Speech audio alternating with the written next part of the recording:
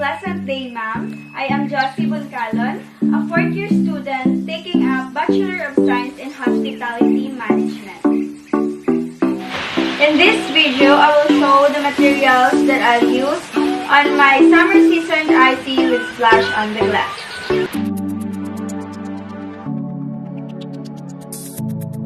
As you can see, I have the iced tea, also the different slices of oranges and the lemon, and then I will, of course, the ice cubes and the glass, and also I will use this wooden table, and I will use a black cloth on my background.